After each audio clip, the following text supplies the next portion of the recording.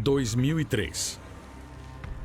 Depois de uma rápida e letal invasão, tropas americanas passaram a ocupar o Iraque. Um dos regimes totalitários mais brutais do século XX havia chegado ao fim. Senhoras e senhores, pegamos ele.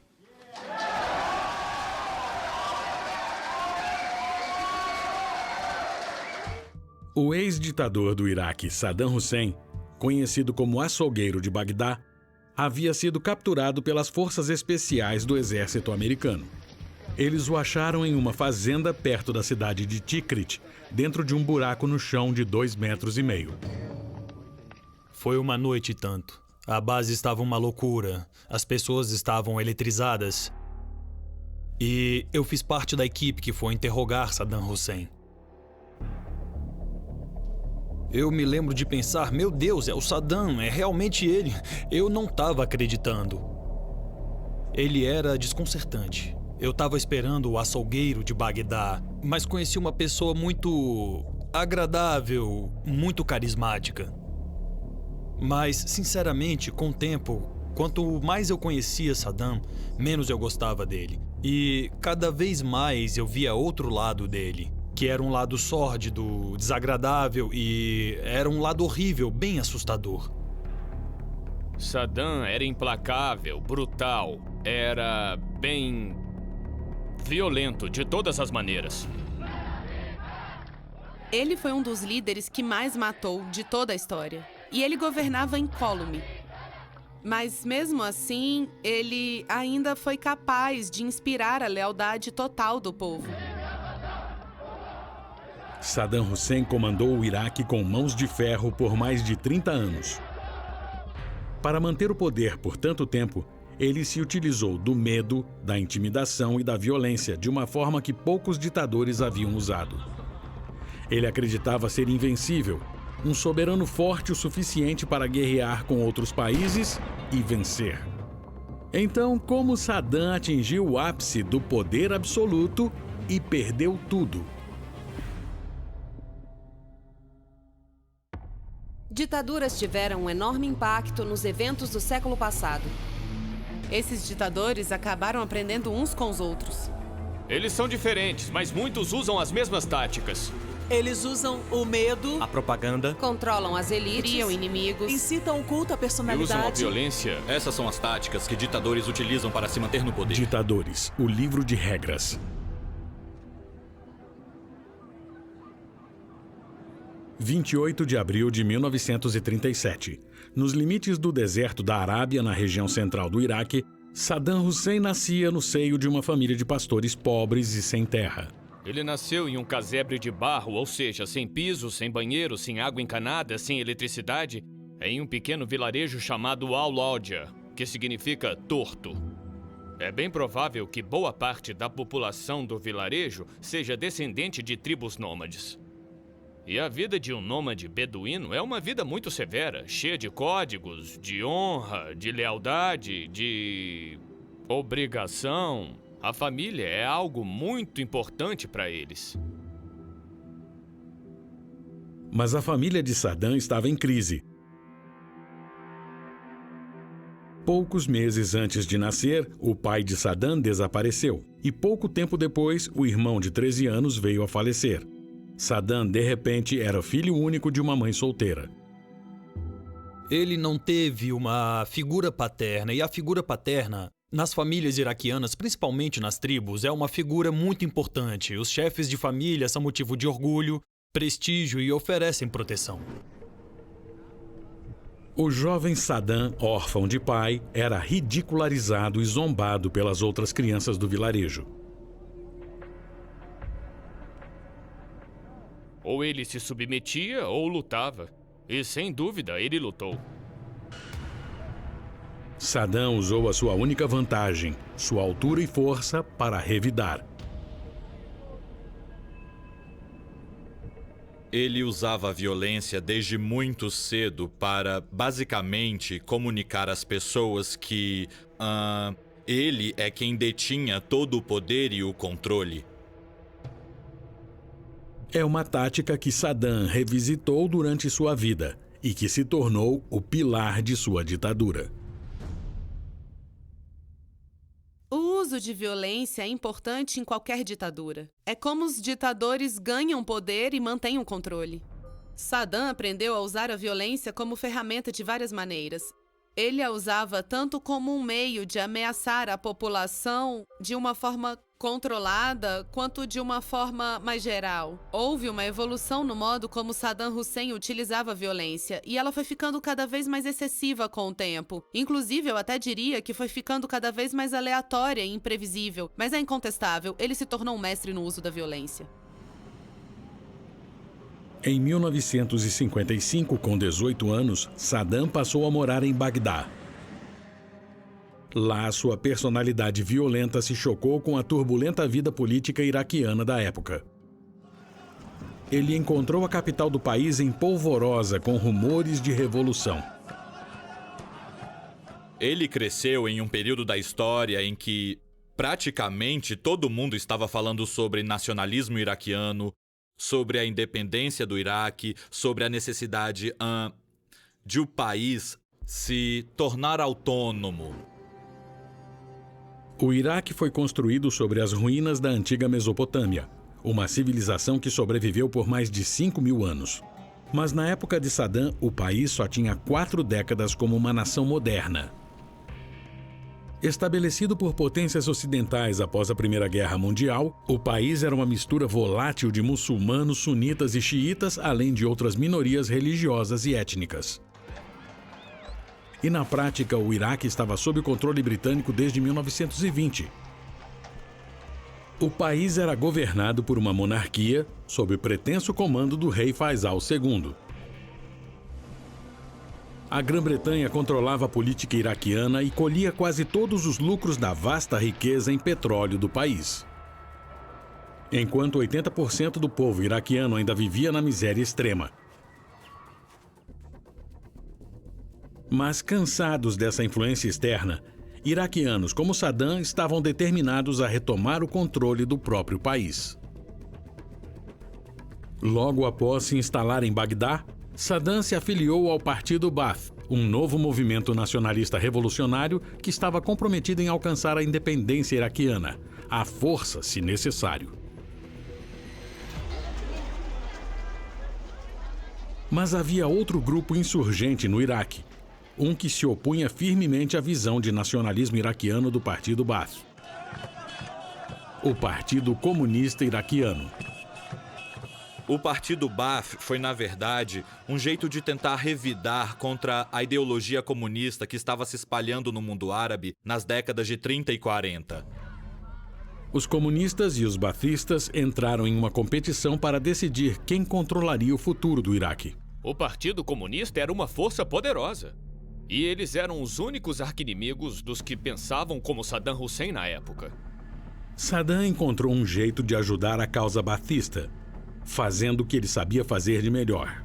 Ele se tornou um capanga do partido e formou pequenas gangues a fim de intimidar oponentes comunistas. Ele passou a juventude enfrentando e lutando contra o Partido Comunista nas ruas e de várias maneiras diferentes. Saddam rapidamente se tornou conhecido entre as lideranças como um homem que não tinha medo de violência. Então, 1956 foi o ano em que as coisas aconteceram. As situações confluíram para que aquele jovem conseguisse o que ele realmente queria na vida, que era ser um militante, um combatente.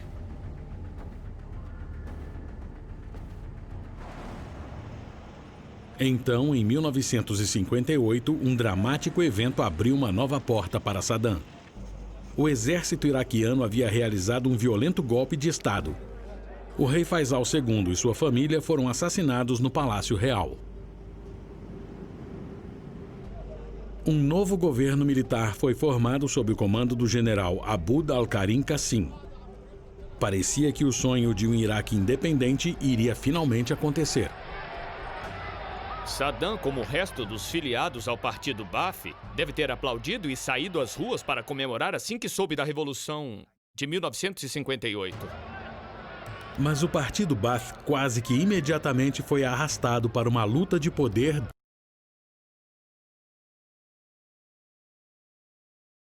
dentro do novo governo. Algumas pessoas do Partido Baath pensaram que teriam mais poder dentro do governo, mas perceberam rápido que os militares queriam deixá-las de fora. Para Saddam e seus companheiros, a gota d'água foi quando Qassim formou uma aliança com o arqui-inimigo, o Partido Comunista Iraquiano. O Partido Baath passou a acreditar então que eles só tinham uma opção: formar uma equipe para assassinar o general Qassim. Um dos primeiros a se voluntariar foi Saddam Hussein. A violência e a brutalidade nunca foram um problema para Saddam Hussein. Mas ele também era inteligente e sagaz. Ele sabia que era perfeito para o trabalho. Eu acho que Saddam viu o assassinato como um jeito de avançar no partido, um jeito de subir na hierarquia. Eu acho que Saddam sempre entendeu que ele poderia subir na vida se estivesse disposto a fazer as coisas que as outras pessoas não estão dispostas a fazer.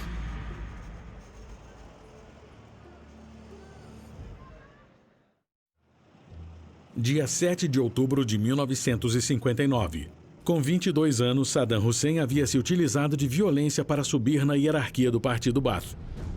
Mas agora ele estava prestes a usar a violência de um jeito ainda pior. Saddam e um pequeno grupo de companheiros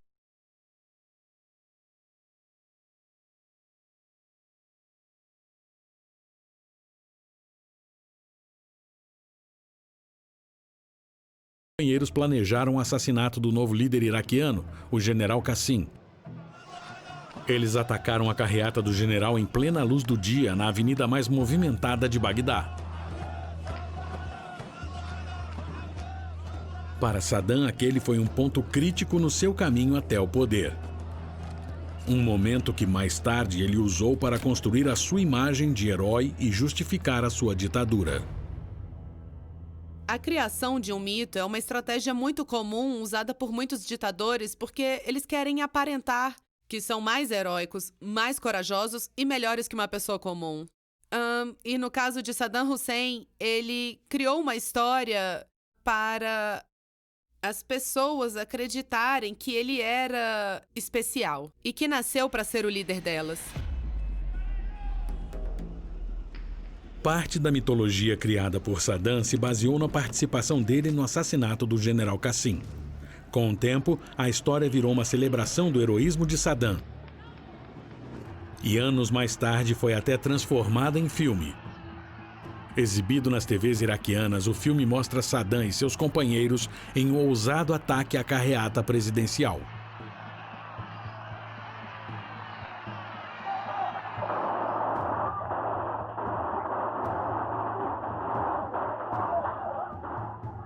Ele criou essa ideia que ele era uma lenda, que ele não era uma pessoa comum e que as pessoas deveriam se sentir sortudas por terem um líder corajoso, um líder destemido que lidaria com qualquer tipo de ameaça. O filme mostra a heróica fuga de Saddam depois do assassinato.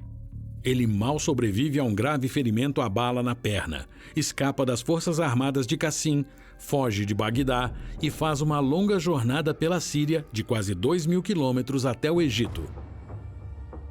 Mas o ataque ao general Qassim não foi nada como o glorioso e heróico ataque mostrado no filme. Foi um completo desastre. Na realidade, a tentativa de assassinato acabou em caos.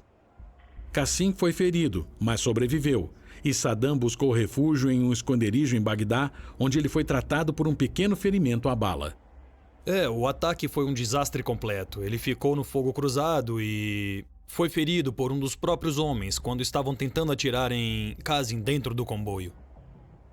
Algumas fontes sustentam que Saddam foi o culpado pelo fracasso do ataque. Dizem que ele começou a atirar cedo demais. O ataque fracassou, o líder foi ferido, assim como Saddam, que conseguiu escapar. Saddam fugiu do país e se escondeu na capital do Egito, Cairo. E é lá mesmo que ele começa a construir o mito de seu destino heróico. Ele cria uma versão própria do que havia acontecido, afirmando que ele era um guerreiro destemido que quase destruiu o regime militar e ainda conseguiu escapar para continuar lutando. Era assim que ele se percebia dentro do partido, como um bandido, como um excelente lutador, como um homem que entendia de armas. Foi essa reputação criada por ele mesmo que colocou Saddam no poder absoluto no Iraque. 9 de fevereiro de 1963. Enquanto Saddam ainda estava em exílio, o general Qassim foi morto a tiros por homens leais ao partido Baath, dando início a uma luta de 5 anos pelo poder. Nisso, Saddam retornou ao Iraque. 5 anos depois, em 1968, o partido finalmente foi vitorioso e o próprio primo de Saddam assumiu o poder, o presidente Ahmed Hassan al-Bakr. Sob a nova ditadura militar, al-Bakr e um pequeno grupo de integrantes importantes do partido Baath assumiram controle quase total sobre a administração do país. E graças à sua reputação de herói, Saddam foi capaz de abrir caminho para uma posição de importância no novo governo. Oficialmente, Saddam foi nomeado vice-presidente. Mas de olho no futuro, ele usou outra tática. Tática que outros ditadores da história já usaram a fim de obter informações e controle sobre rivais e inimigos.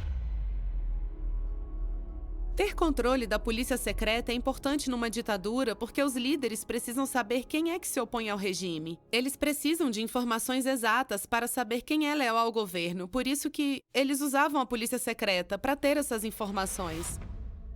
A nova força de segurança de Saddam, conhecida como Mukhabarat, foi comparada à Gestapo, a infame e brutal força policial secreta do regime nazista de Adolf Hitler.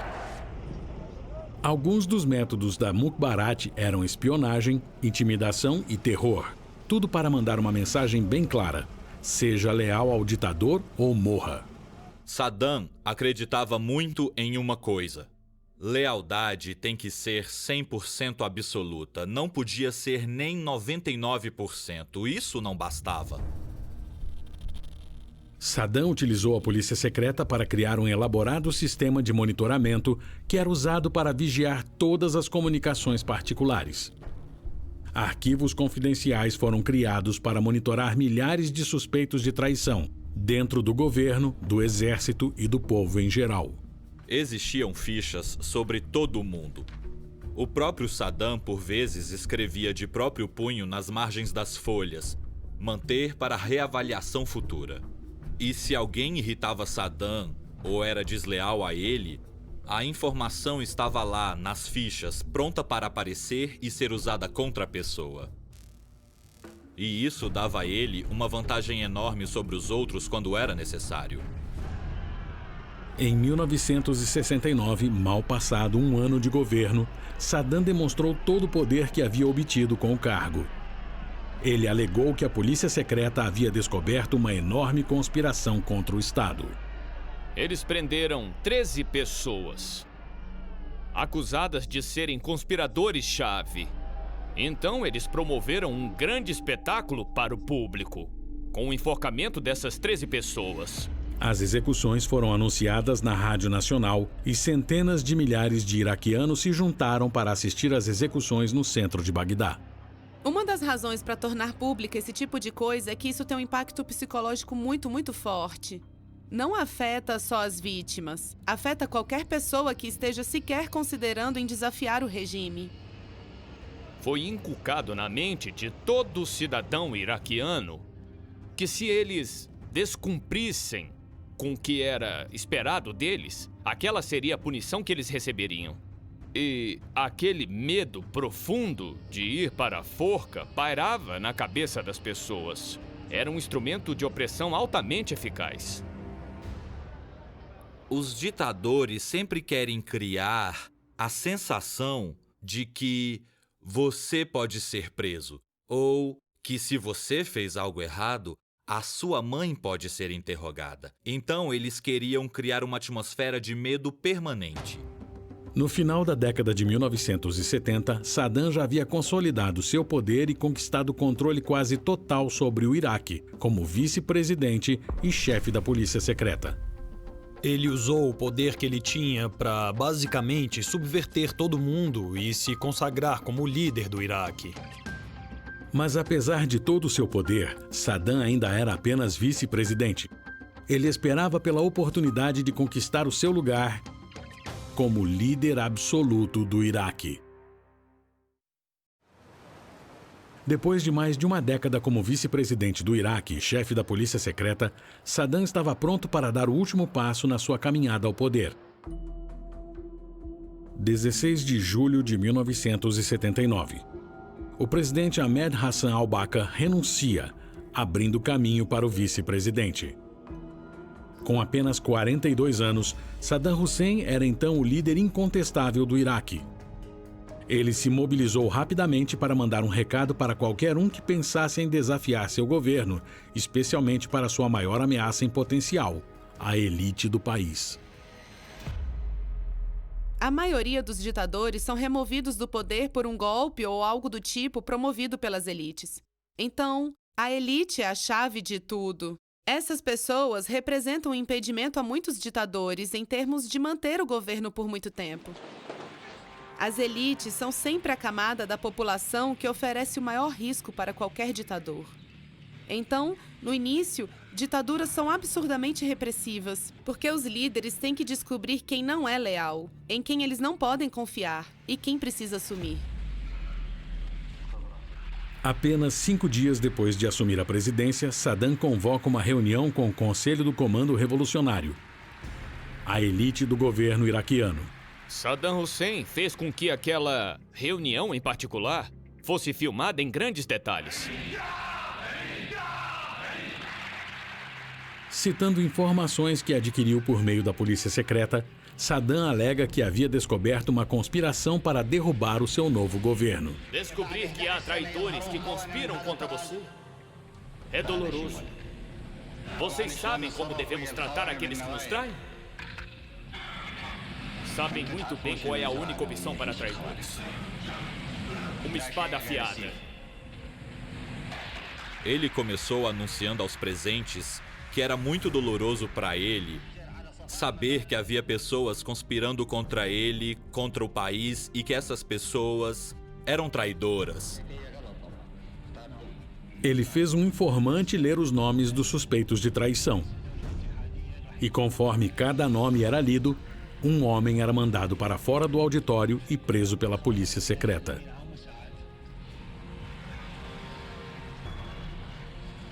Eu acho que as pessoas se tocaram que nada era mais importante para ele do que a lealdade. E, em uma reviravolta sádica, Saddam forçou os membros do governo restantes a executar os colegas presos.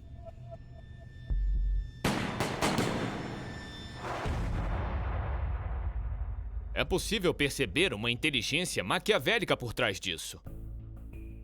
Ele fez com que os membros que sobraram participassem diretamente da ascensão dele à presidência. Eles eram cúmplices de assassinato, por isso estavam presos ao regime. Não havia escapatória. A filmagem da reunião circulou por todo o país. Ele mandou um recado óbvio de que se as pessoas não fossem leais, se elas não apoiassem Saddam incondicionalmente, seriam mortas.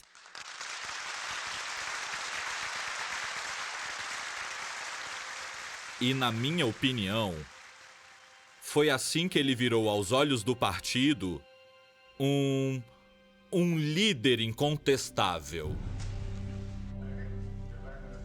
Saddam dependeu de táticas de violência e medo para estabelecer sua autoridade sobre as elites. Mas para conquistar apoio, ele sabia que precisava de uma abordagem mais sutil. Nenhum ditador consegue se manter no poder só com repressão.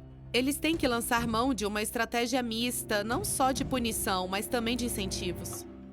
Saddam começou a usar o dinheiro público para manter a classe governante feliz e obediente. Quase todos do círculo pessoal de Saddam, inclusive seus conselheiros políticos mais próximos e seu pequeno exército de guarda-costas, ganharam um carro de luxo. As pessoas que conheciam Saddam eram extremamente leais e elas tinham razão para serem leais porque o bem-estar delas e de suas famílias estava conectado ao bem-estar do regime. Com a lealdade das elites conquistada por tempo indeterminado, Saddam se voltou para o povo iraquiano, cujo apoio também era necessário. Se aproveitando da crescente riqueza do Iraque vinda do petróleo, Saddam financiou uma série de reformas sociais e econômicas projetadas para beneficiar cidadãos comuns. De forma geral, podemos até dizer que naquela época o povo iraquiano se beneficiou muito do progresso econômico. Tinha muito dinheiro entrando, sendo usado para manutenção de infraestrutura. Saddam também reduziu impostos, financiou um serviço de saúde grátis para todos e educação superior grátis, e até mesmo tomou medidas para alcançar a igualdade de gênero. Ele deu um empoderamento às mulheres. Havia mais mulheres entrando na universidade, mais mulheres tendo oportunidades de emprego. Ele acreditava que se ganhasse o apoio das mulheres, teria o apoio de metade da população. Acima de tudo, Saddam queria que a população visse a sua ditadura como catalisador de uma nação mais próspera e mais moderna. Muitas pessoas querem estabilidade, querem previsibilidade. Elas querem a garantia de que serão bem cuidadas pelo governo, e as ditaduras garantem isso ao povo. Por isso, as massas acham que realmente precisam daquela ditadura. Com mãos de ferro, mas generosas, Saddam conquistou o controle tanto das elites iraquianas como do povo em geral. A ditadura dele parecia mais estável do que nunca. Mas em 1980, um novo perigo aparecia no horizonte e ameaçava diretamente o governo de Saddam. Uma recente revolução no Irã depôs a monarquia. Em seu lugar, foi instaurada a República Islâmica, comandada pelo líder muçulmano radical Ayatollah Khomeini. A ascensão de Khomeini no Irã foi muito perturbadora para Saddam. Por causa da crença religiosa extrema do Ayatollah. Ayatollah acreditava em um governo teocrático. O Irã, assim como todo o mundo árabe, deveria ser puramente governado pela lei religiosa. Khomeini clamou publicamente por uma revolução no Iraque. Ele encorajou que xiitas iraquianos se revoltassem contra o regime de Saddam para construir uma república islâmica. Foi um desaforo que Saddam não pôde ignorar. Como resposta, Saddam mais uma vez se voltou para sua tática de ditador mais confiável, o uso da violência. Mas daquela vez, a violência alcançaria uma escala que ele nunca havia visto antes. Porque daquela vez era a guerra. Ele planejou um ousado ataque preventivo. Seu objetivo era derrubar Ayatollah para não ser derrubado.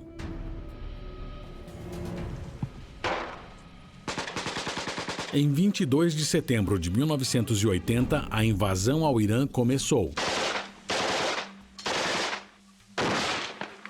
Saddam acreditava que a vitória viria em uma questão de dias. Mas a invasão não logrou sucessos imediatos e o conflito se tornou uma guerra de exaustão. Pelos próximos 8 anos, mais de 500 mil iraquianos viriam a morrer. Quase todas as famílias iraquianas sofreram perdas. Para Saddam, a escala avassaladora que a guerra com o Irã tomou enfraqueceu seu domínio absoluto no Iraque. Ele se viu frente ao pior pesadelo de qualquer ditador, uma rebelião. E ele retaliou do jeito mais brutal possível.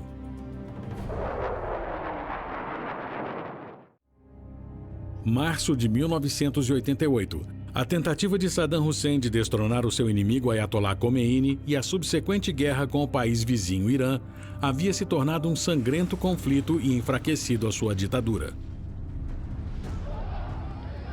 Pressentindo uma oportunidade, os curdos, uma das maiores minorias étnicas do Iraque, decidiram se rebelar contra o regime.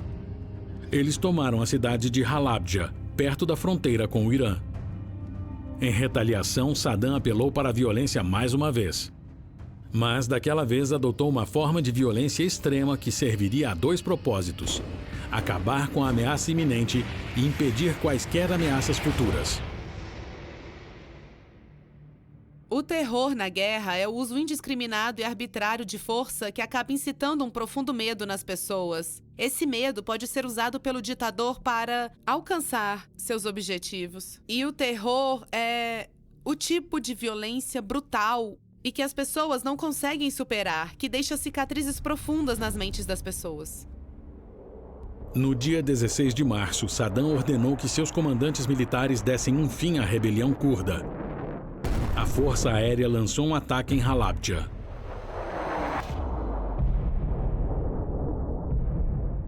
A criança curda iraquiana de 11 anos, Cameron Haydar, se escondia sozinho em um abrigo antibombas.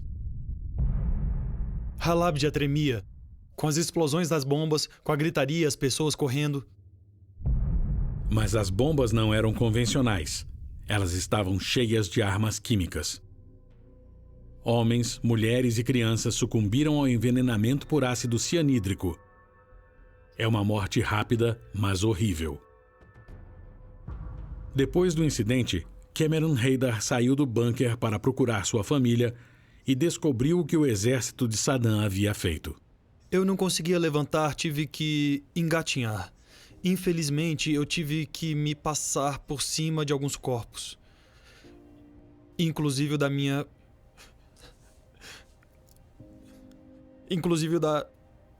mãe. O meu irmão e minha irmã seguravam a cabeça do meu irmão, Revoar. Nos braços dela, eles morreram juntos.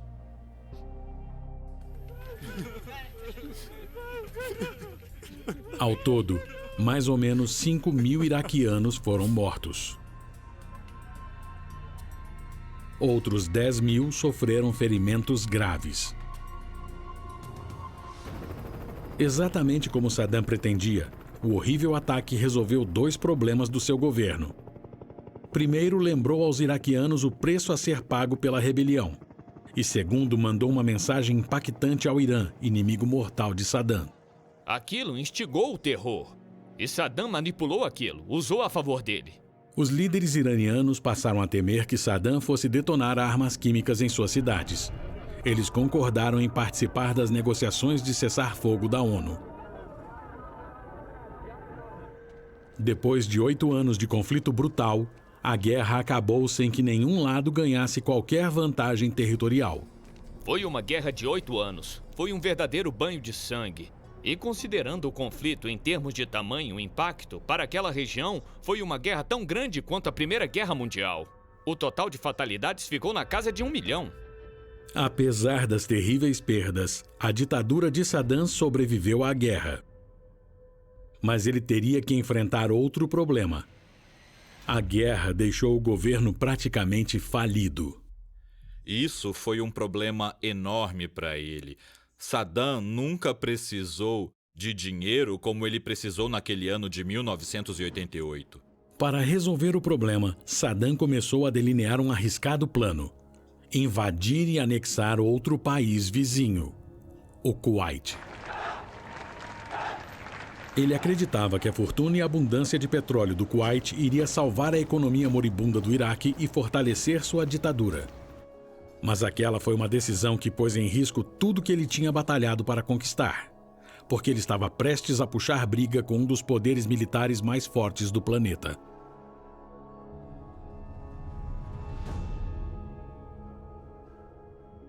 A ânsia dele de demonstrar força dominava a forma que ele pensava o tempo todo. Isso sempre o levou a tomar decisões que, na verdade, eram contraproducentes. Dia 2 de agosto de 1990, o exército de Saddam invadiu o Kuwait. Líderes do Ocidente avisaram que a invasão do Kuwait por Saddam poderia deflagrar uma guerra ainda maior no Oriente Médio, envolvendo países produtores de petróleo como a Arábia Saudita, e prejudicando quase que 50% da produção mundial de petróleo. A resposta à agressão de Saddam foi rápida e quase unânime. Não será permitido que nenhuma nação ataque seus vizinhos com violência. O presidente George H.W. Bush, com o total apoio das Nações Unidas, enviou uma força combatente enorme pelo mar, pelo ar e pela terra até o outro lado do mundo no Golfo Pérsico. As táticas de uso de força de Saddam sempre o serviram bem no Iraque. Mas para o resto do mundo, os ataques militares dele eram uma provocação perigosa. E Saddam estava prestes a enfrentar um oponente que não seria intimidado. Eu acho que ele era inteligente. Era uma sagacidade.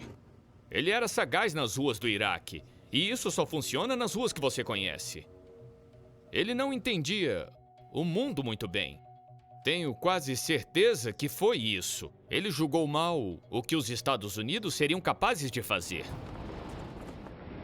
Saddam, volta e meia, não compreendia muito bem o Ocidente, os acontecimentos internacionais. E, claro, isso naquela época fez com que ele cometesse uma série de erros catastróficos. Em 16 de janeiro de 1991, a coalizão liderada pelos Estados Unidos iniciou a caçada a Saddam para puni-lo pelo ataque ao Kuwait. Foi dado início à Operação Tempestade no deserto. Pela primeira vez na história de sua ditadura, Saddam estava realmente vulnerável. Ele passou a morar em esconderijos, mudando de local todos os dias. Em questão de semanas, as forças da coalizão esmagaram o exército de Saddam.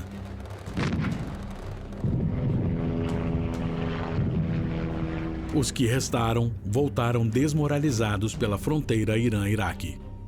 Como presidente, posso informá-los que os confrontos foram terminados. A guerra acabou.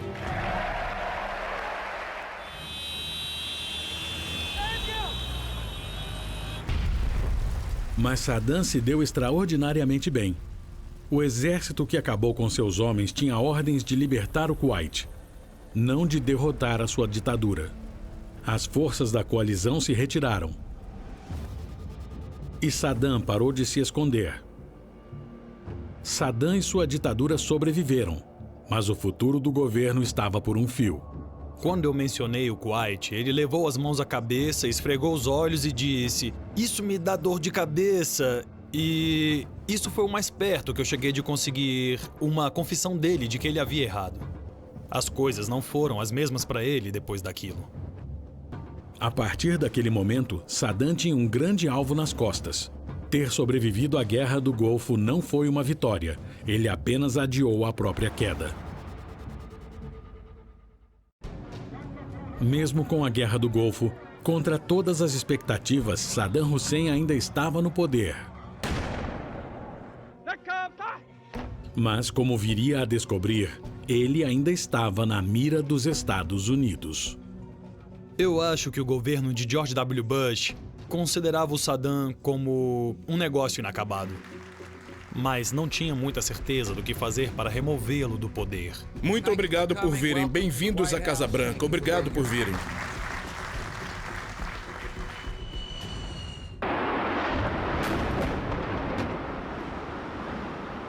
O 11 de setembro foi o estopim.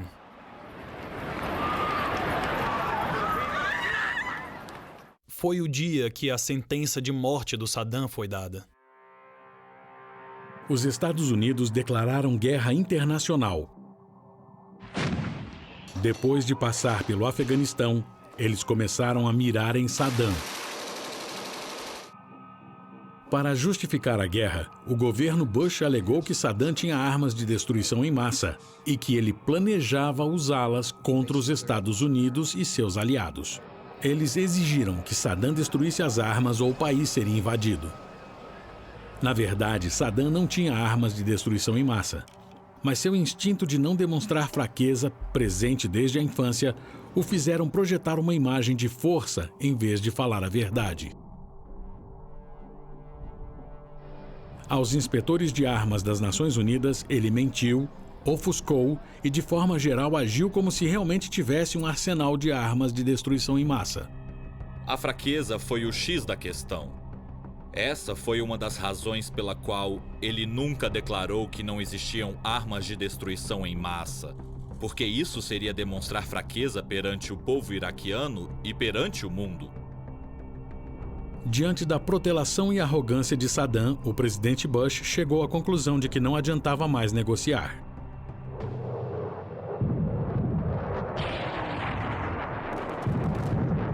Em 20 de março de 2003, forças americanas e britânicas lançaram a Operação Liberdade do Iraque, com uma enorme investida aérea e terrestre.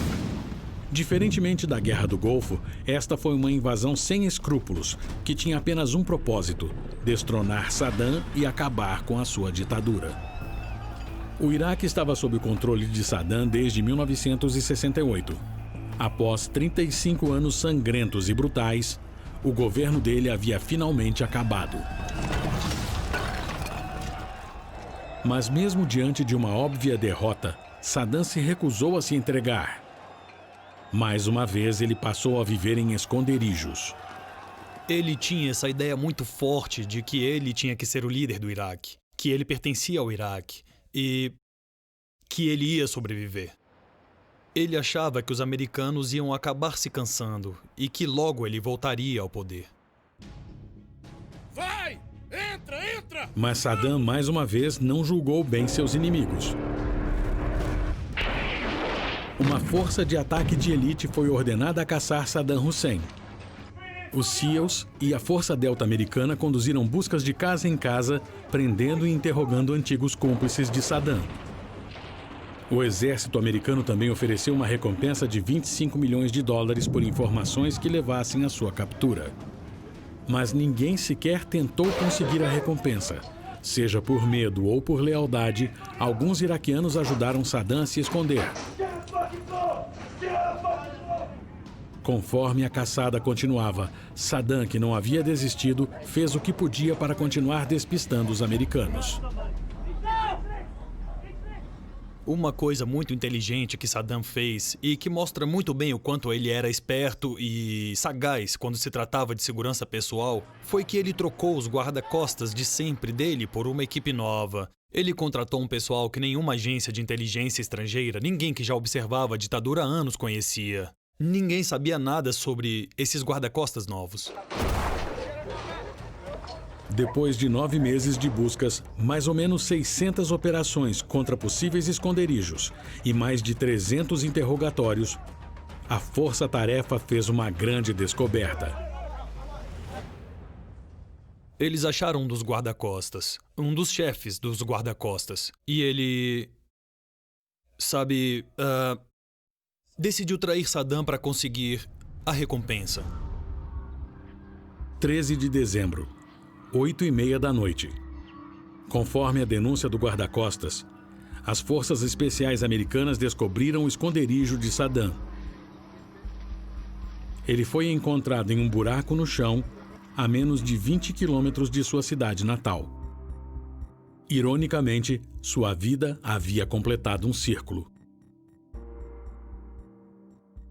Foi uma noite e tanto. Tinha uma energia na base, as pessoas estavam eletrizadas. Tínhamos recebido uma mensagem dizendo que o exército tinha capturado Saddam Hussein, mas que eles não tinham certeza completa. Foi aí que eu fui chamado para identificá-lo. Assim que bati o olho, eu sabia que era ele. Mesmo sob uma escolta americana altamente armada, Saddam ainda acreditava que havia escapatória. Ele não demonstrou nenhum sinal de que a vida dele tinha virado de cabeça para baixo. Ele não parecia estar em pânico. Ele ainda passava a impressão de que ele era o presidente do Iraque. Acho que, no fundo, ele sempre teve esperança que os americanos fossem desistir e que ele conseguiria fazer um acordo. Eu realmente acho que ele ainda estava torcendo por um milagre desses. Indiciado por crimes contra a humanidade, Saddam foi julgado publicamente em uma corte iraquiana, hostil até o fim, Vocês estão na presença de Saddam Hussein. ele bradava contra a corte, mesmo tendo sido considerado culpado em todas as acusações e sentenciado à morte. Vocês me dizem, tirem ele daqui? Isso é uma vergonha. Removam ele da corte, por favor. Ele achava que seria lembrado com afeição. Ele achava que o povo iraquiano gostava dele, que sempre gostou dele e que as pessoas iriam perceber, principalmente após a morte dele, o quanto ele se sacrificou pelo povo. –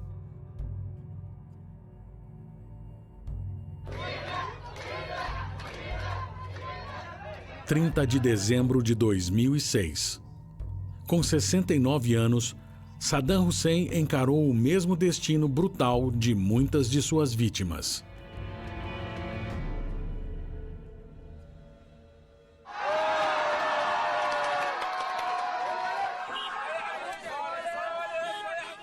Pelo país, iraquianos cansados da guerra e das dificuldades celebraram a morte de Saddam.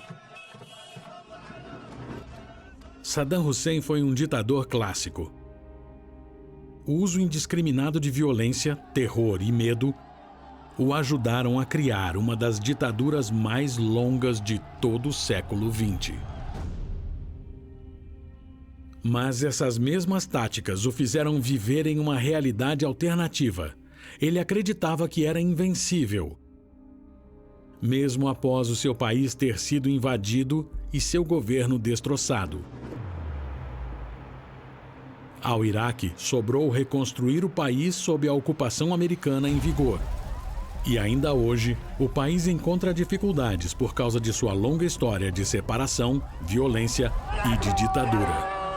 Não é possível fazer uma boa análise da atual conjuntura do Iraque sem perceber que o fantasma de Saddam ainda assombra o país. Ele está em todos os cantos. O legado dele ainda continua. Essa é uma das coisas impressionantes de uma ditadura. Nós sempre tentamos